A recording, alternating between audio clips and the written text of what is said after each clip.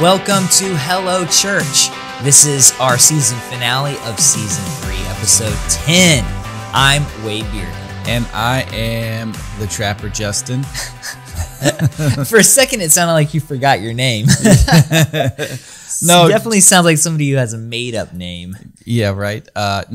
So Justin Trapp here, and today we are talking about metrics in your church. What do we mean by metrics? Not just church attendance, but baptisms, small group attendance, small group participation, mission trips, camps, giving, new visitors.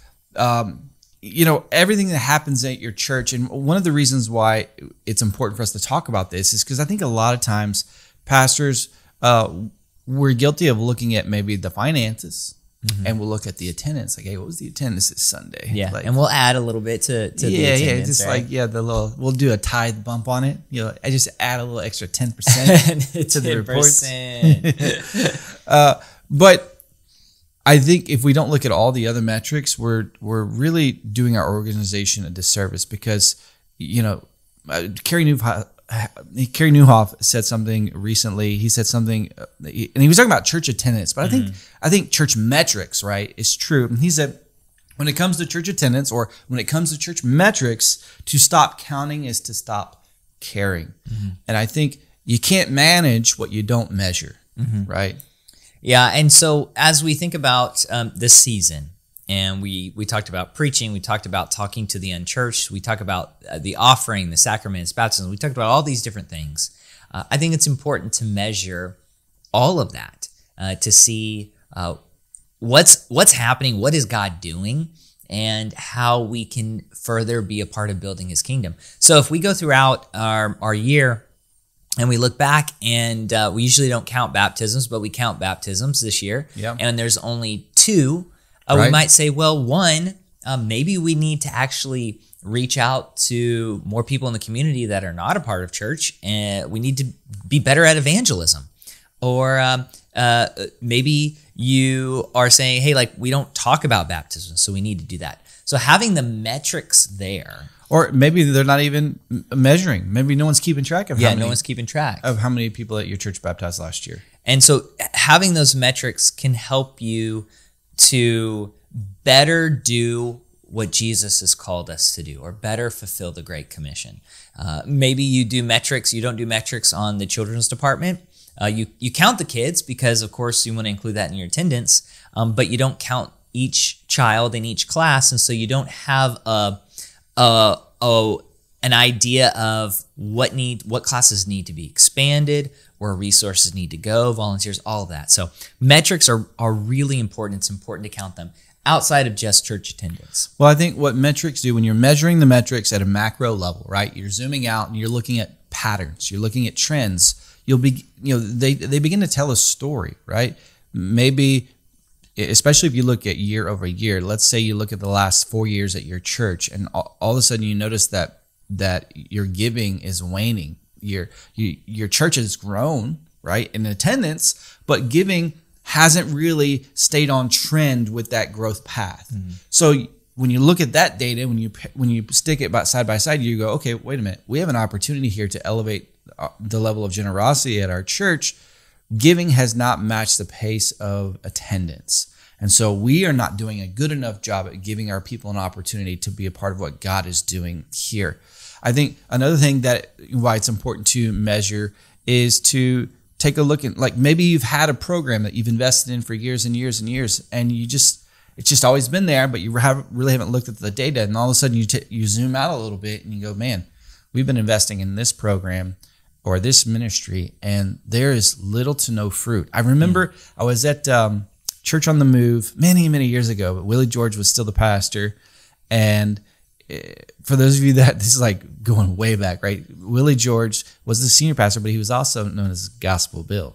Okay. Yeah. The old show, right? Yeah. And I remember that they had said you could call. They would have a salvation type message, and you could call the number at the end of the show.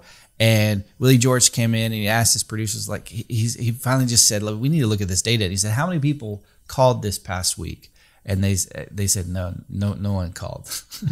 So they pulled the plug, like said, no, if we're not going to invest all this time and resources and money into this, if it's not working, then we need to divert these funds, divert our time, our energy to something that is more fruitful. And you don't know that, right? You don't come to that realization unless you're looking at the metrics, you're looking at the trends, you're looking at the numbers. Yeah. And so as I mentioned before, those are gonna show you too where you're weak and where you're strong. As pastors, naturally you have your own giftings and you cast your vision for the church. And if you're not careful, where you lean is where the church leans, and there's an imbalance there. So like for me, maybe I'm a little more geared towards discipleship and less towards evangelism. So your church can be a high discipleship church, but you realize you're not evangelizing like you should. Well, what does that tell you? You said, well, maybe I need to tweak how I preach, how I talk on Sunday mornings. Maybe I need to get another team member, an associate pastor who's high on evangelism. So kind of watching all of that. So you're watching baptisms, but you're watching how many people have joined a small group. What do small groups look like? You are looking at missions trips or camps, new visitors. All of that's going to give you an idea of where your church is at. It's like for Ministry Pass, for Sermonary, we have metrics. We're looking at, okay, how many people are signing up? How many people are leaving every single month, every single year? What's our growth rate like? How many, like what are our most downloaded products? That all gives us an idea of the state of the business and how we can do a better job. And so following metrics will allow you to do that as well. I think a lot of times we manage and we lead. If we're not looking at the metrics, right, we manage and we lead through anecdotal information, right? Personal experiences, maybe something someone said, or they think the music is too loud and they're the only ones that complain. But if you did some survey, if you looked into it, most of the congregation loves the worship music, loves the decibel level, right? It's just anecdotally speaking, you only hear from this one particular segment of your church. So we can't, as leaders, we can't lead through anecdotal information only. We have to take a look at the macro data. So don't lead through micro data, lead at the macro level. And it's important to get both, because sometimes a story or a personal testimony from someone in your church or a personal experience can really add flesh onto the data, right? It's not just quantitative data, but it's qualitative. But I think it's important that we as leaders, we don't ignore the bigger data sets, because they can tell stories themselves. Yeah. So let me give you just kind of a couple of areas where you might want to start keeping track of numbers, metrics, and you can write this down. You might do it for every single one, or maybe for just a few. But you definitely want to track head count just on Sunday morning.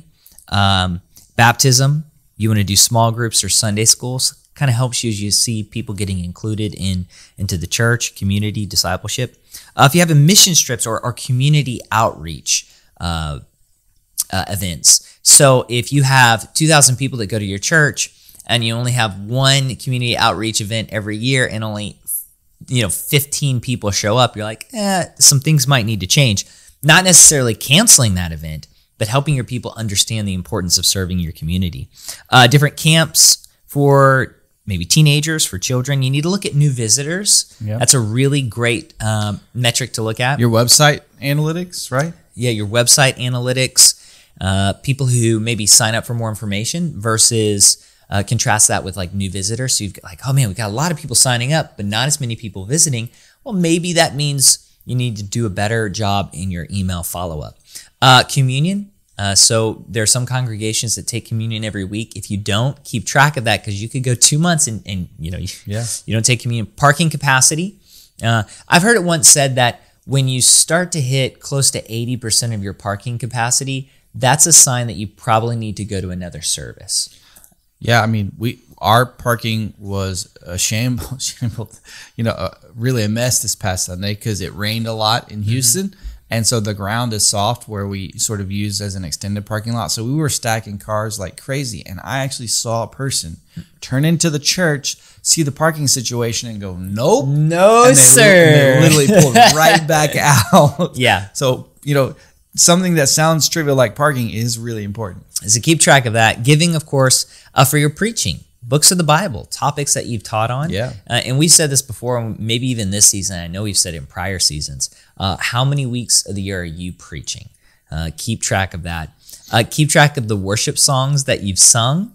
And what type of worship song that is. So is it more of an individualized worship song or a song for the community? What's the topic? So those are a couple of metrics to follow, not an exhaustive list, but write those down and say, hey, maybe we need to do a monthly or quarterly meeting where we just kind of look at this stuff and say, what are some things that maybe we need to change or do differently? Yeah, I think a few other things that I would add is your social media metrics, what gets engagement, what type of content. Are your sermon videos getting higher engagement, or is it your scripture?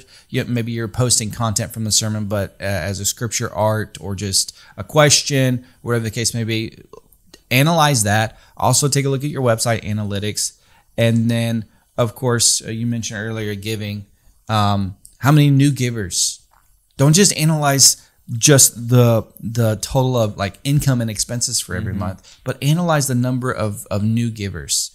If you're not having a lot of people that are new givers every single month, I think that there's an opportunity there, right? It's telling you something that maybe we need to change the way that we talk about generosity so that, our church is supported by these legacy, these pillar people that tithe every single month, but sometimes people can't go from zero to hero, right? We need to offer them a way in when they haven't given before. And so maybe start with something smaller, have a small campaign, like a one-day campaign where everybody can give. It could be $5, it could be $2, it could be $100, but allow new givers to take place or to have an opportunity for that. So again, the data tells a story. Yeah. Your church doesn't need to be this mindless machine that's run by metrics. But if we do want to steward what God has given us, it means just paying attention and looking at what's going on and saying, hey, like, are there things we need to do differently? Or how can we better steward what God has given us? That's so important. Justin, it's been a good season 3. We've had an opportunity to talk, as I mentioned before, about a lot of different topics as it pertains to the church service. And if you have not caught the entire season, go back and listen to some previous episodes. Hopefully, we've given you some stuff to think about, maybe some things to do a little bit differently during your Sunday morning.